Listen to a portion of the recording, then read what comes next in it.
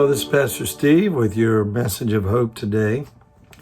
And I have been studying and teaching John's epistles from the end of the New Testament.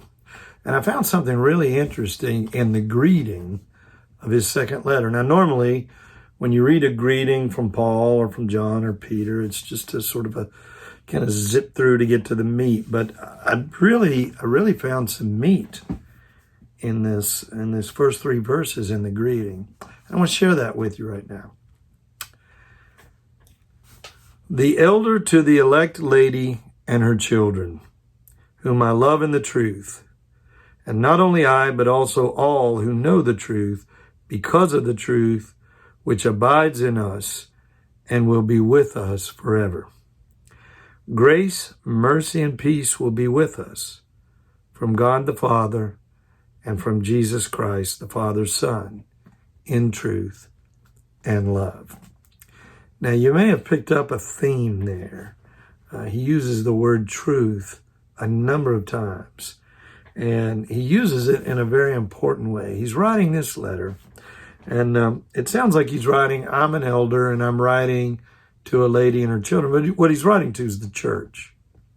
He's writing to the lady who is the church and all the church's children, knowing this letter will be disseminated throughout the churches. And he's writing in a way of encouragement because he says, I love you in the truth. So what we see the theme here is the twofold thing that John is going to emphasize in all three of his letters over and over. Love and truth. Love and truth. And they're held together.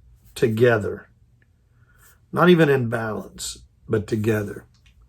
I mean, John would say that we can't love fully unless we love truthfully.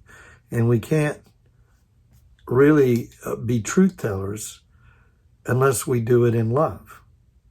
Because otherwise we're just being contemptuous.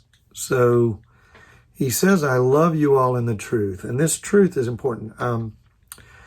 Years ago, I went to a Stephen ministry session when they were doing training, and I heard one of the most powerful examples of this importance of love and truth that I've ever heard.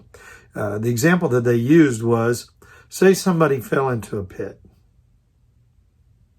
How do you best help them? Okay.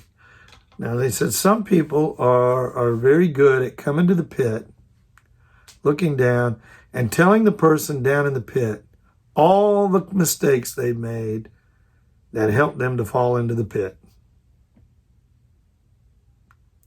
They're telling the truth. They're saying, you deserve your pit. This is what you did. This is why you did it. And here you are in your pit. But does that help the person to get out of the pit? No. Now, some people will have this great emotional attachment, and they'll look down and they'll see somebody and they'll say, oh, I feel so strongly and they'll crawl down in the pit with them. And they'll say, you're here in your pit, and I'm in the pit with you. You're not alone. And again, that's very loving. But does it help the person? And the answer is no. The person who helps is the person who looks down, sees the person in the pit, recognizes they're in the pit, and reaches down and helps to pull them out of the pit. Love and truth together. And so John says to the church, I love you in truth. Because this truth is important. It's eternal.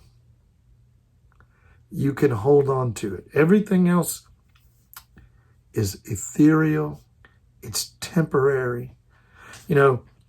We get into situations in our life, into crises, and we feel like it's always going to be this way. We get fooled.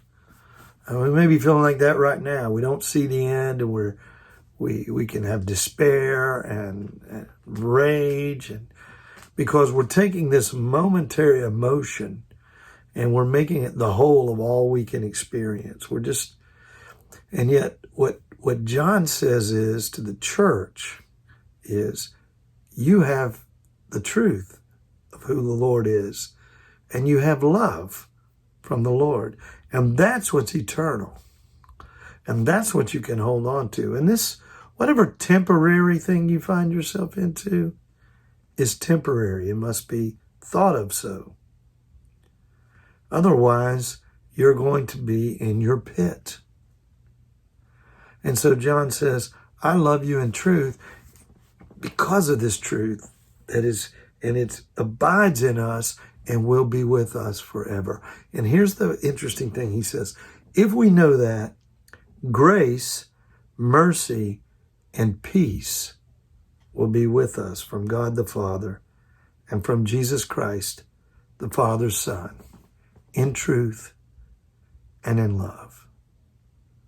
Can you imagine that? Isn't that a beautiful promise? If we hold on to the truth and we hold on to love and we hold on to them together, that no matter where we are, grace, mercy, and peace will be with us from God the Father and from Jesus Christ, the Father's Son. That certainly is good news. And that's our message of hope for today.